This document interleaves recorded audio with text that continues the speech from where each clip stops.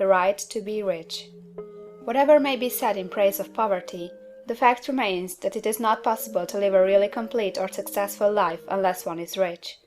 No man can rise to his greatest possible height in talent or soul development unless he has plenty of money, for to unfold the soul and to develop talent he must have many things to use, and he cannot have these things unless he has money to buy them with. A man develops in mind, soul, and body by making use of things, and society is so organized that man must have money in order to become the possessor of things. Therefore, the basis of all advancement for man must be the science of getting rich. The object of all life is development, and everything that lives has an inalienable right to all the development it is capable of attaining. Man's right to life means his right to have the free and unrestricted use of all the things which may be necessary to his fullest mental, spiritual, and physical unfoldment, or, in other words, his right to be rich. In this book, I shall not speak of riches in a figurative way.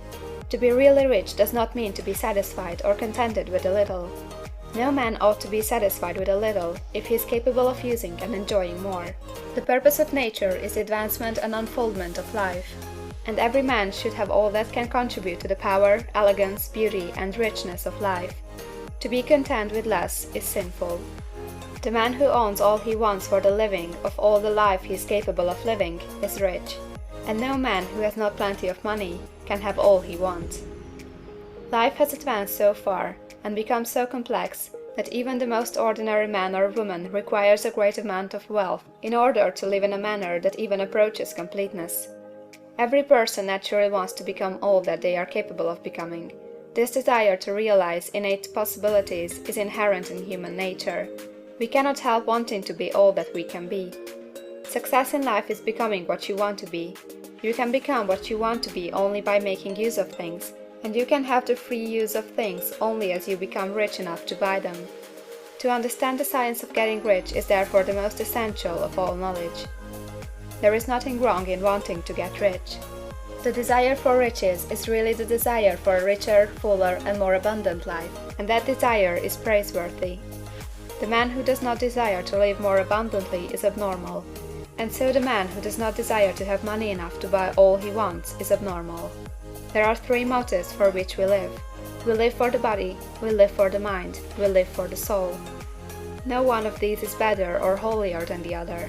All are alike desirable, and no one of the three, body, mind, or soul, can live fully if either of the others is cut short of full life and expression.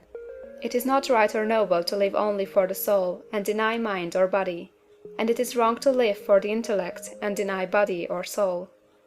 We are all acquainted with the loathsome consequences of living for the body and denying both mind and soul, and we can see that real life means the complete expression of all that man can give forth through body, mind, and soul. Whatever he can say, no man can be really happy or satisfied unless his body is living fully in every function, and unless the same is true for his mind and his soul. Wherever there is unexpressed possibility, or function not performed, there is unsatisfied desire.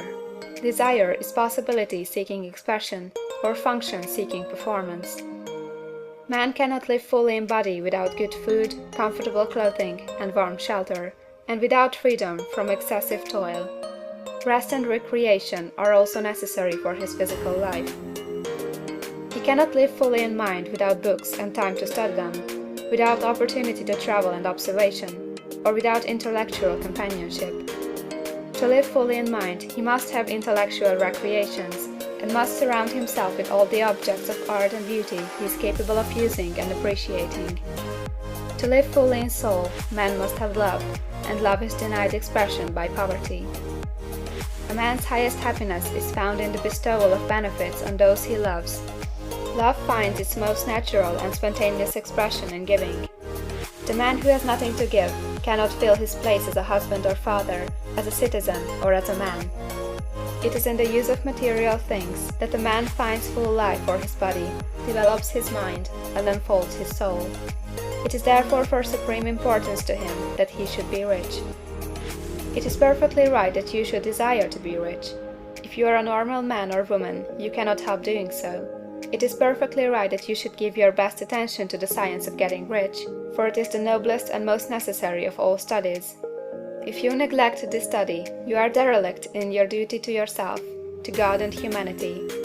For you can render to God and humanity no greater service than to make the most of yourself.